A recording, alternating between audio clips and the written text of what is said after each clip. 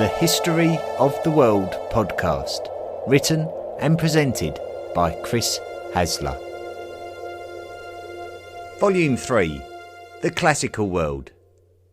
Episode 66, The Qin Dynasty.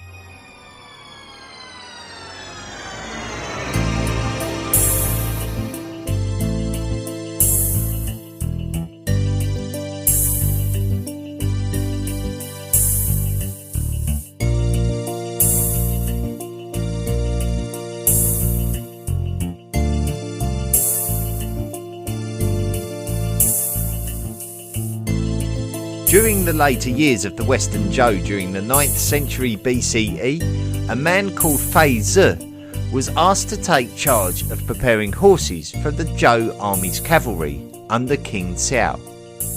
Fei Zi was of noble birth, and King Xiao wanted to reward his loyalty and efforts to serve him, so he granted him a small fief called Qin. This was not a particularly great honour compared to what he could have inherited had other parties been more favourable to Fei Zi, but it was still a fief that he could call his own and on the western fringes of the Zhou kingdom. Fei Zi's descendants continued to rule over the state of Qin, and they would loyally support the Zhou kingdom against barbarian invasions, and the Zhou kingdom would reward the Qin with additional territory, beginning the Qin expansion of power. With the weakening of the Zhou dynasty in the first half of the 8th century BCE and the shift of Zhou power moving from west to east, the Zhou came to rely on the strength and loyalty of the Qin more than ever, and the Qin would be recognised as a major vassal state, and the leader was granted status similar to that of a duke. Throughout this period of history, we often see the name and the suffix "rong" associated with barbarians and barbarian invasions. We're not entirely sure what the word "rong" specifically means, and we know that it is often used in reference to those who are the opposition in battle, whether they be culturally linked to the Zhou dynasty civilization or not. We know that the Zhou would be doing battle with the western Rong and the northern Rong, and they would be happy to do so by proxy, sending representative armies from both the states of Jin and Qin to do battle with them. An enemy of the Zhou mentioned on more than one occasion were the Chuangrong, and it was the Chuangrong who were the main culprits in causing the collapse of the western Zhou. A lot of the earliest Qin state conflicts were with the neighbouring Xirong in the west of their territory in what was comparable to a blood feud that would outlast the western Zhou. While the eastern Zhou were struggling to maintain hegemony over their own lands in the aftermath of the fall of the western Zhou, the Qin, preoccupied with the Rong tribes, did not get as involved in the eastern Zhou struggles as much as other Chinese states. The Qin had great challenges with maintaining a stable relationship with their Zhou dynasty neighbours to their east, the Jin. Diplomatic relations were maintained through political marriages and negotiations between the Qin and the Jin, but on occasion the relationship would become strained, and military exchanges would serve as a distraction from the Qin's control of their western limits and the Xirong. In the year 659 BCE, the rule of Qin would come under a man called Duke Mu. At the beginning of the reign of Duke Mu, the Jin was the most powerful state of eastern Zhou China, but by the end it was Duke Mu who would use a wise combination of campaigns and diplomacy to raise the Qin to the most powerful state, with Duke Mu himself being regarded as one of the 5 hegemons of the spring and autumn period. Shangyang. In the last episode about the Zhou dynasty, we spoke of the political reformist called Shangyang. The impact of Shangyang on the state of Qin and subsequently the lands of China cannot be overstated. He was an outsider born at the start of the 4th century BCE in the state of Wei. The state of Qi to the west was not as comparatively powerful around this time as it was just a few centuries earlier under the leadership of Duke Mu, as the other states were starting to gain more leverage in China during this period, which was the Warring States period, where the more influential states of China continued to battle one another for hegemony over the eastern Zhou states. Shangyang's destiny called to him when Duke Xiao became the ruler of the state of Qin in 381 BCE. Duke Xiao was desperate to alter the fortunes of the Qin and invited anybody who so desired to come to his aid to help to turn Qin's fortunes around with the promise of great reward, and Shangyang would answer the call.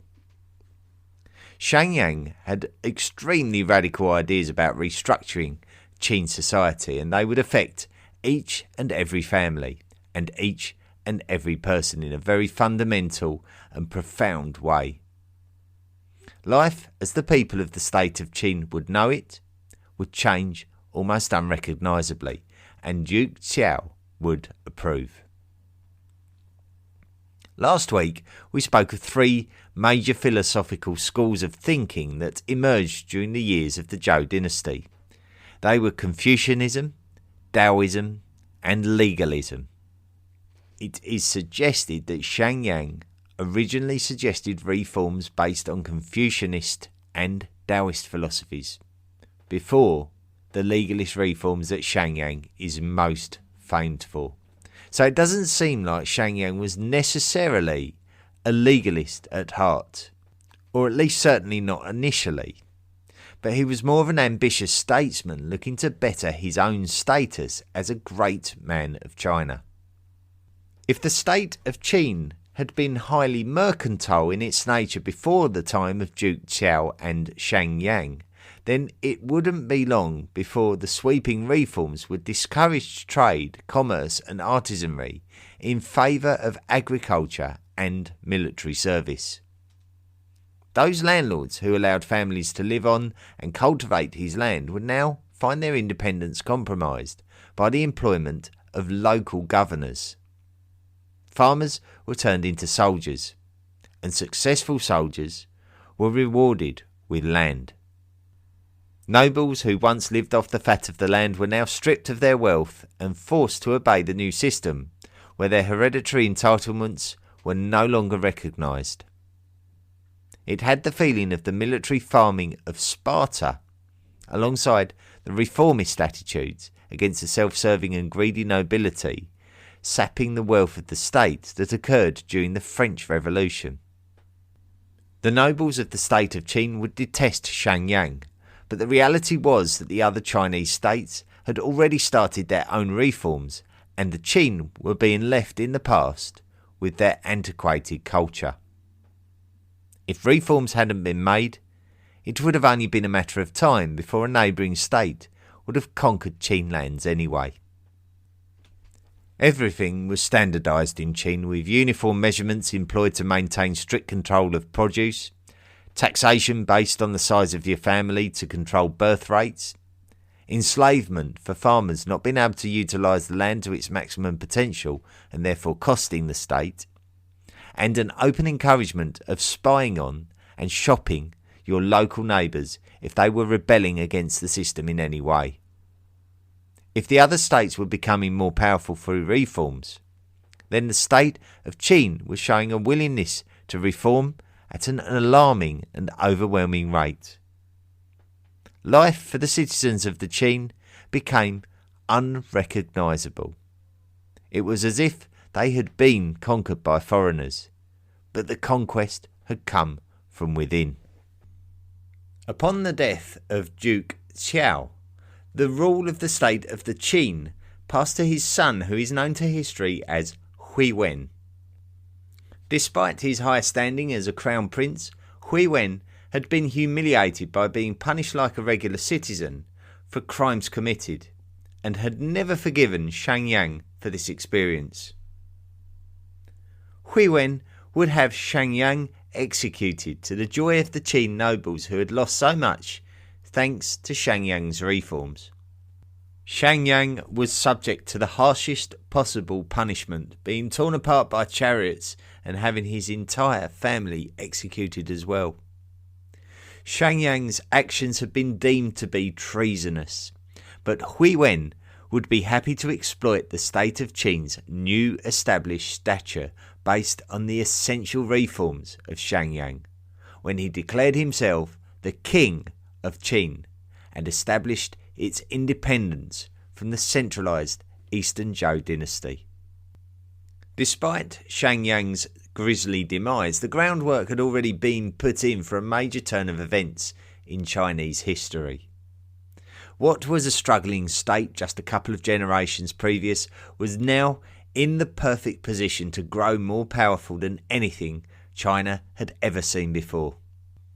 The pressure applied to Qin agriculture with the zero tolerance of underproduction built up a cache of food that was enough to feed a vast military force. The Qin's territory was to the west of all of the other Zhou Chinese states who were a potential threat to the Qin in the competitive quest for hegemony of China. The Qin territory was not easy to reach on foot, with the only viable route for a military campaign being the Hangu Pass. The Qin fortified the Hangu Pass and was easily able to defend it, even against coalitions of other states' military forces. The Qin would use their power to consume neighbouring territories on its non-Chinese extremities to the southwest, giving them access to more agricultural land and more manpower for their military forces. And because of the difficulties in penetrating Qin territory, the other Chinese states to their east were powerless to prevent them from growing. Inevitably, a time would come when the Qin would believe that there would be more long-term benefits to attacking their enemies before they could revise their own social systems and form a grand coalition in fear of the Qin. The state of Chu in the south was also potentially a direct threat to the Qin with their own impressive military, but their social structure was so antiquated by comparison to the Qin, with a corrupt nobility still maintaining too much influence over their state's direction. If the other Chinese states were not initially taking Qin seriously, then their attack on the states of Wei and Han, who were traditional enemies of each other, should have served as a wake-up call to the others. The sequence of events saw the Qin use strategical patience and diplomatic expertise to overcome this unlikely alliance, and showed aggressive intent on the centralised Zhou states that it had once been associated with. The Battle of Changping.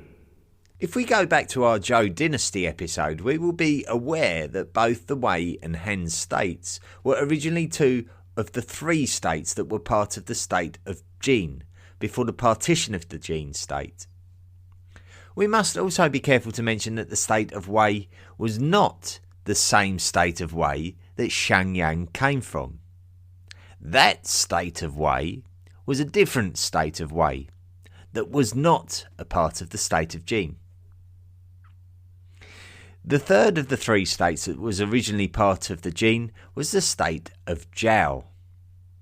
The centre of power in the state of Jin was the Shandong prefecture, and after the partition of the state of Jin, the three new states, Wei, Han and Zhao, all shared an area of the Shandong prefecture.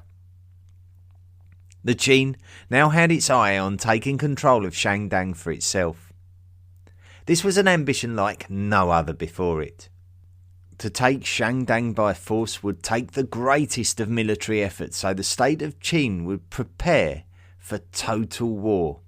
And by this we mean that it would mobilise all possible resources within its state to achieve success in this campaign. Every man within the state would be given duties geared towards the goal of victory, whether by farming the land to produce food for the army or being in actual active service. The Han had been exhausted from the attacks of the Qin and asked the state of Zhao to take responsibility for the protection of Shandong. What happened next is one of the most astonishing stories of all of history. When we read the numbers of the size of the armies in the ancient world, we have to be careful that we have not been lied to by an ambitious ancient historian looking to glorify the story. However, we can't be too dismissive if we have no direct reason to believe otherwise. So when the Qin besieged Shandong, bravely defended by the Zhao army, we have numbers in the region of 500,000 individuals on both sides. If the Qin had decided on a campaign of total war to take Shandong, then it is conceivable that the army was of a considerable size, maybe even the greatest army ever assembled on the planet at this time, perhaps only rivaled by the armies of Cyrus the Great of Achaemenid Persia, Alexander the Great of the Macedonian Empire, and Chandragupta of the Maurya Empire. The large Zhao army ended up surrounded by the Qin army on a hilltop. There was no way out for them. The Zhao army held out for 45 days before they desperately attempted to break out from the deadly situation that they had found themselves in. The commander of the Qin army, a man called Bai Qi, would prevent the breakout, and the Zhao army had absolutely no option but to surrender. Bai Qi would have absolutely no mercy on the Zhao army, and this is likely to be because he could not afford to allow the most able members of Zhao society to return home and potentially begin a recovery of their society, and also because he wanted to send a clear message out to the remainder of the Chinese states about how ruthless the punishment would be for standing in the way of Qin intentions. It is reported that over 400,000 Zhao soldiers were executed by being thrown into pits and being buried. Undoubtedly, many would have succumbed to the 45-day isolation, but the mass burials would have included Zhao soldiers, both dead and alive. Human bones have been discovered in this area ever since, and up to the present day, which seem likely to be related to this period. It certainly sends out a grim message. But the Qin themselves had also exhausted a lot of resources on this siege and this culminating battle of Changping, and they needed to recover themselves. There would be civil unrest and major disagreements between the egotistical Bai Qi and the Qin Prime Minister Fan Zhu, which resulted in Bai Qi's forced suicide for refusing to lead Fan Zhu's weakened Qin dynasty's army. Qin Shi Huang.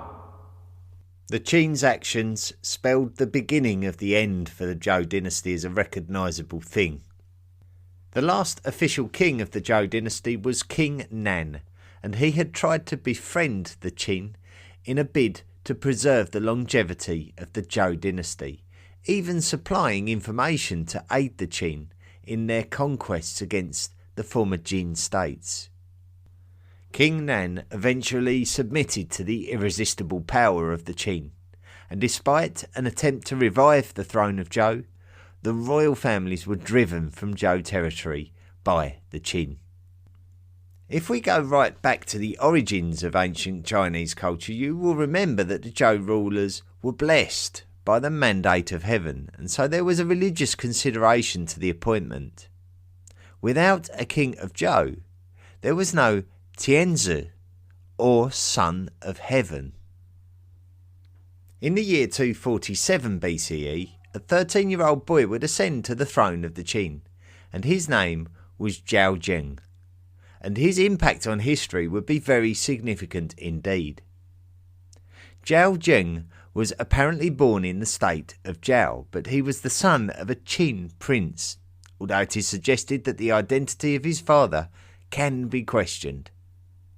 He initially ruled under a regency due to his young age, but in 235 BCE he would banish his regent and rule the Qin directly and in his own right. With the elimination of the Zhao dynasty, Zhao Zheng saw an opportunity to try and gain control of China for himself. But he may have found that he really didn't have a great deal of choice in this action because there was so much opposition to the intimidating power of the Qin that it was probably only a matter of time before a successful assassination attempt took place. So he picked off all of the Chinese states one by one. And such was the power of the Qin by this time, through decades of successful implementation of totalitarian legalism, that the other states were helpless to defend themselves, with some even surrendering without much of a fight.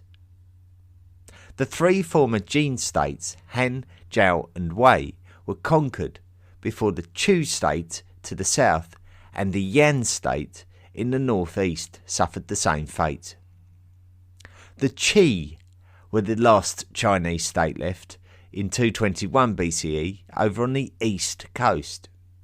The state of Qi had done its best to avoid being involved in any of the conflicts against the Qin up until this point, and although its military power early in the 3rd century BCE was described as second only to the Qin, the Qi knew that they couldn't resist the Qin and chose to surrender. Zhao Jun would rename himself Qin Shi Huang, the first true emperor of China. He would declare himself the Son of Heaven, legitimizing his spiritual right to rule. Now, the whole of China could be ushered into a legalist way of life, and the nobilities would all be abolished. Despite our declaration that Qin Shi Huang had little choice but to go on the offensive against the other Chinese states, a lesser man may have shied away from the matter or even found himself assassinated before any great imperial achievement even started. This is a measure of Qin Shi Huang's desire to be immortalised as the greatest ever ruler of Chinese lands. He brashly declared that his dynasty would last over 10,000 generations, and he would set about some great projects to make his empire even more impressive. The Qin culture of legalism was very serious to the philosophy of Qin Shi Huang, and he would shun other schools of philosophy as a consequence. Qin Shi Huang was obsessed with the goal of immortality, and he would go to great lengths to try and achieve this.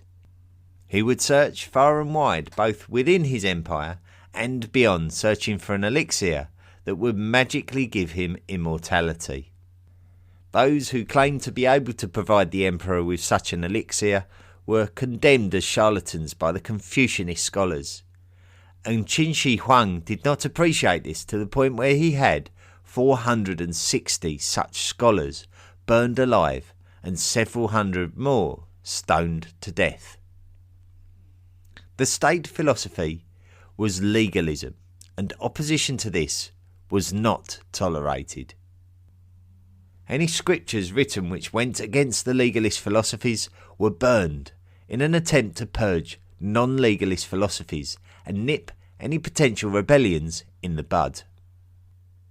Qin Shi Huang's conquest of China, unsurprisingly, would not subdue all parties. China still had an issue with barbarian tribes, and one in particular we have mentioned in previous episodes.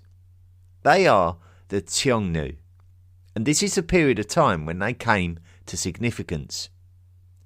The Xiongnu were a large expanse of nomadic tribes of the eastern steppe, and they would take great pleasure in raiding China's northernmost extremities. As we have discovered already, steppe cultures tend to set a trend for gradually migrating westwards in search of rich and fertile lands, and it is believed that a number of them migrated westwards and may be related to the culture who would become the powerful Kushan Empire of southern Asia, who we focused on in episode 61. It has also been speculated that they may be ancestral to the Huns, who would later terrorise Europe in the far west and who we focused on during episode 57. The Xiongnu are also associated with a major event in world history. China, or at least Chinese states, had always looked to defend themselves and would build defensive walls in order to achieve that goal. We know that this had been going on from at least back in the beginning of the spring and autumn period. Qin Shi Huang would commission great construction projects to link these defensive walls to each other and to create barriers across the land to aid in the defence of Chinese lands from raiders such as the Xiongnu. This would be the origin of the Great Wall of China.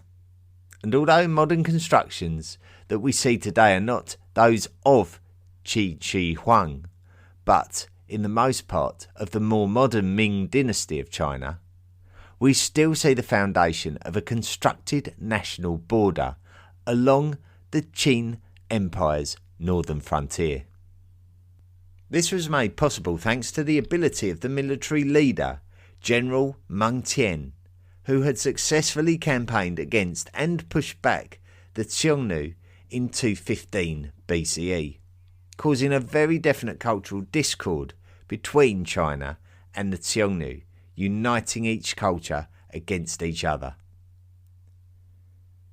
Qin Shi Huang is well known for his grand and ambitious construction projects utilising the strength of his legalist empire, coupled with the fact that resources were not being exhausted on great military exchanges that had been necessary during the 220s BCE. General Meng Tian was entrusted with great national construction projects which involved gathering manpower from the empire and carrying out the work, such as a 750-kilometre road from south to north, which is comparable to Darius the Great's Achaemenid Persian Royal Road and the well-known road constructions of the Roman Republic. As the Qin attempted to stretch their influence in a southward direction towards the lands of the Pearl River, Qin Shi Huang would order the construction of a great contour canal to aid with the movement of resources in battling the tribes of the south, and would offer the first naval route from East China to South China without ever needing to travel in the open seas. It is known as the Lingchu Canal. The administration of such an empire of unprecedented size and encompassing a large amount of cultural ethnicities would be highly challenging, and Qin Shi Huang would be thankful for the work of another great man in his service called Li Sui, who was behind the standardisation of measurements that we mentioned earlier, and also a standardised writing system. Li Sui understood this to be necessary if he were able to achieve his vision of a universal and peaceful Qin Empire. Much of the administration of Qin China was unsurprisingly based on the legalist reforms of Shangyang in the previous century, with the nobilities abolished and achievement rewarded with promotion, meaning that only the best people held the highest office. Those who failed to reach the minimum required to achieve their allocated tasks, such as an agricultural yield for example, were punished in what some describe as draconian laws. The punishment of enslavement for failure to produce echoes from the laws of the Greek aristocrat called Draco, who independently proposed that enslavement should be the punishment for the failure to pay off a debt. So we can suggest that the use of the word draconian in relation to Li Sui's laws is quite apt. However, it certainly was not beyond Qin Shi Huang that anyone whose ideology differed from that of himself and his Qin state would be executed, as were the 460 Confucian scholars. Qin Shi Huang has been described by some as a paranoid ruler, concerned by the actions of opponents too much to the point of executing them. There is a fine line between genius and insanity sometimes. Qin Shi Huang is said to have believed himself to be spiritually immortal, but also believed that he had spiritual enemies who would defy him even in the afterlife. So although it may come as no surprise to learn that Qin Shi Huang had begun construction of a great royal palace for himself, we also know that he constructed his own mausoleum, and it was a mausoleum like no other, becoming a significant icon of Chinese history. The mausoleum was actually built throughout the adult lifetime of Qin Shi Huang, but much more fervently after he achieved imperial rule over the whole of China. The height of the mausoleum is suggested to have been taller than the Pyramid of Menkaure, which incidentally is the smallest of the three main pyramids at the Giza complex in Egypt. The top of the mausoleum is no longer there, but the actual mausoleum itself underneath the larger building still exists. The mausoleum has not been completely excavated, but astonishing discoveries have been made within the pyramid walls that demonstrate the seriousness of the project. The most iconic discovery at this site was made in the year 1974. A terracotta army of thousands of kiln-fired warriors are accompanied by hundreds of terracotta horses with chariots. This incredible creation was undoubtedly the work of many, with terracotta body parts being created and fired separately before being transported to the mausoleum and constructed. It is believed that these warriors would defend Qin Shi Huang as he entered the afterlife and his eternal spiritual existence. The mausoleum is believed to be booby-trapped with things such as tripwire-activated crossbows. Archaeologists are hesitant about further excavations, partly for the reason that they are unsure about the safety of the project, but also they know that any painted artefacts will lose their colour when exposed to the air. After the construction of the mausoleum, the secrets of the mausoleum needed to be preserved. So anybody that worked on the mausoleum were sealed inside and left to die and take their secrets with them. Qin Shi Huang obviously believed that he would need to be fully prepared for the death of his human body and the continuation of his afterlife. And the fateful day would come when Qin Shi Huang would indeed pass away in the year 210 BCE. It is suggested that his death was caused by mercury poisoning, and it may have been due to the consumption of an elixir that was supposed to give him eternal life. With the passing of Qin Shi Huang, the Qin dynasty was never as strong again. The country was spiralling towards civil war, and we will pick up the story again next time.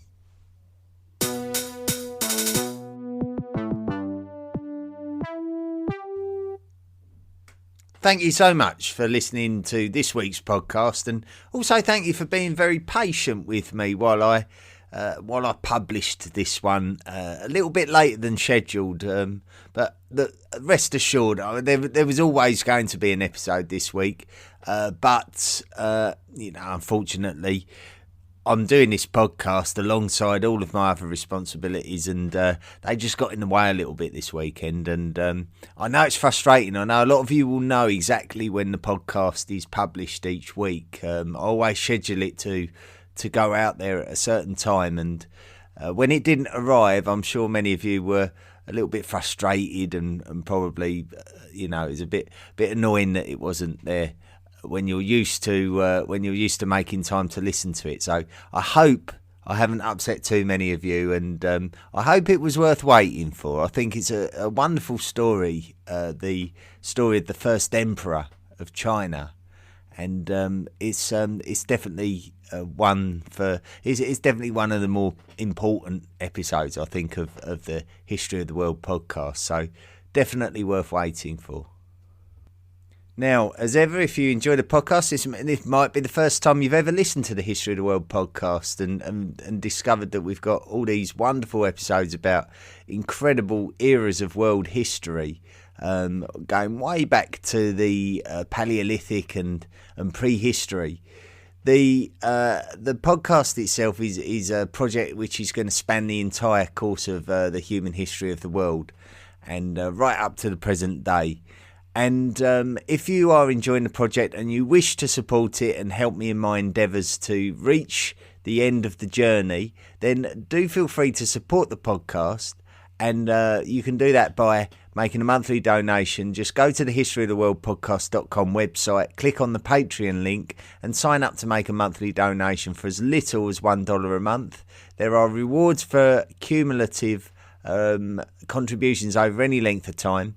And you can check out what we do there. We give privileges and we send gifts out in the post for anyone who's kind enough to support the podcast. And by supporting the podcast, you help me to gather more resources and devote more and more time to it.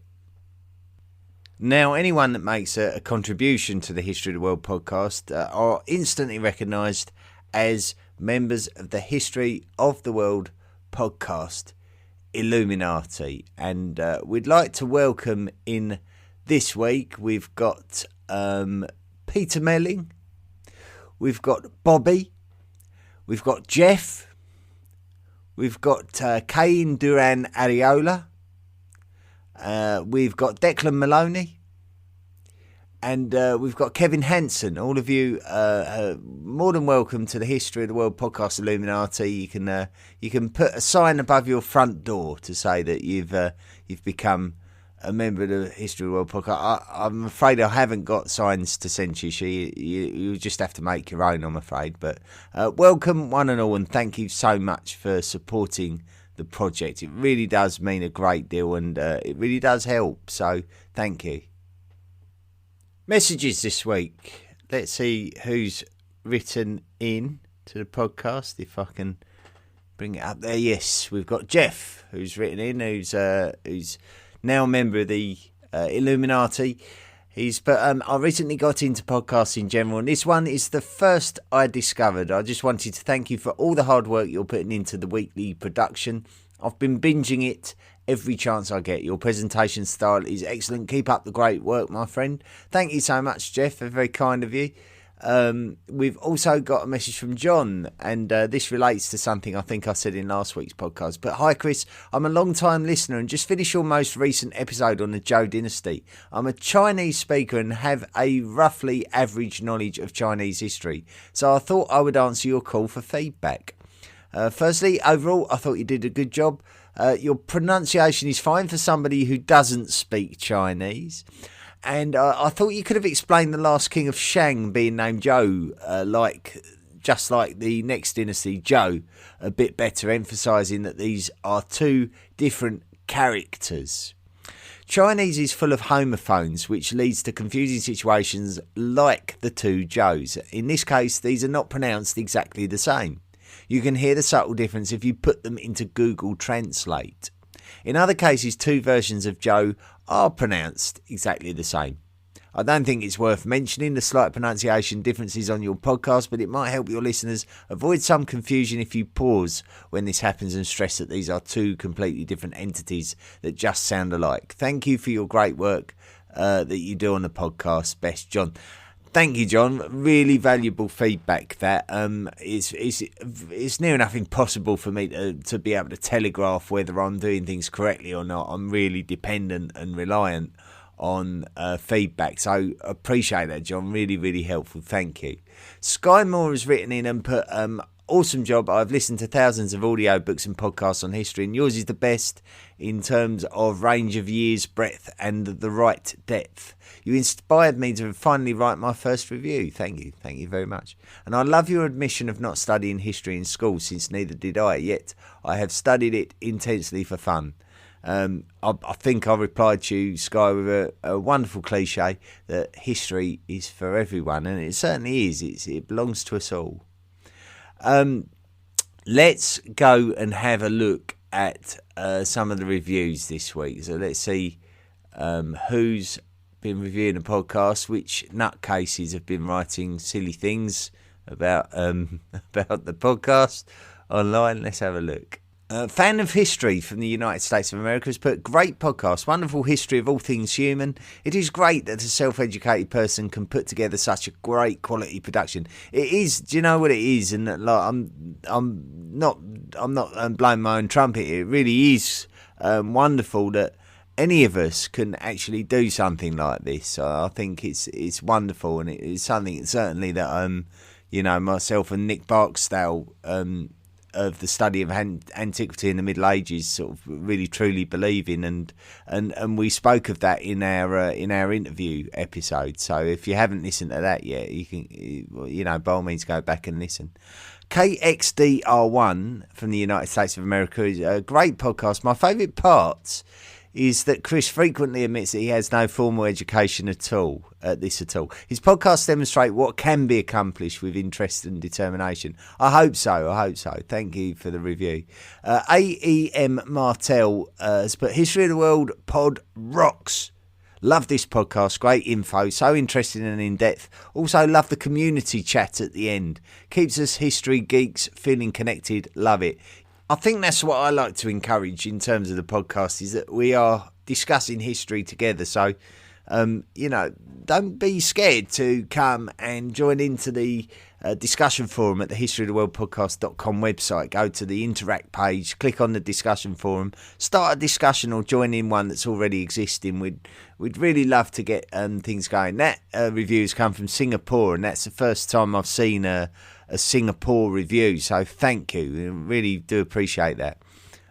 Western Quoll from Australia has put well researched and clearly narrated. I love this podcast, although I'm only on series 2. It covers pre-humans and prehistory, and I'm currently listening to the ancient Egyptian history section. Chris organises his history skillfully and makes it easy to follow and always interesting. Looking forward to catching up on the remaining episodes. Thank you one and all for your fantastic reviews. Really appreciate it. They were sensible ones this week, weren't they? I normally get one or two Fruit Loops coming in with some really bizarre stuff, but not this week. Maybe next week.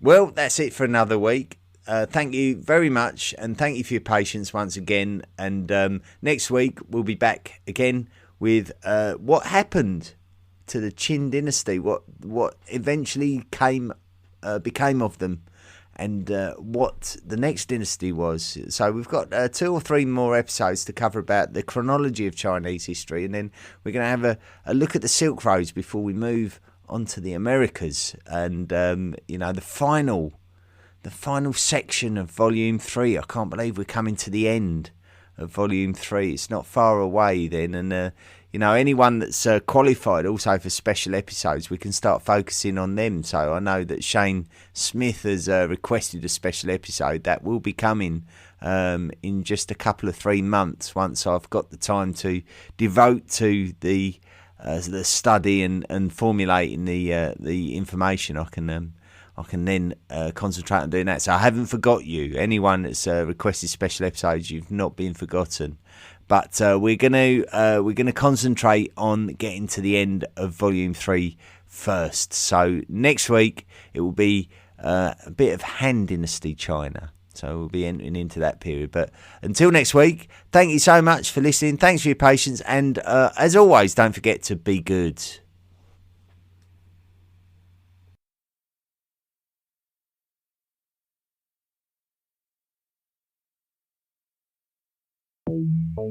Come to the History of the World podcast.com and join all the other hot welders on our wide range of social media.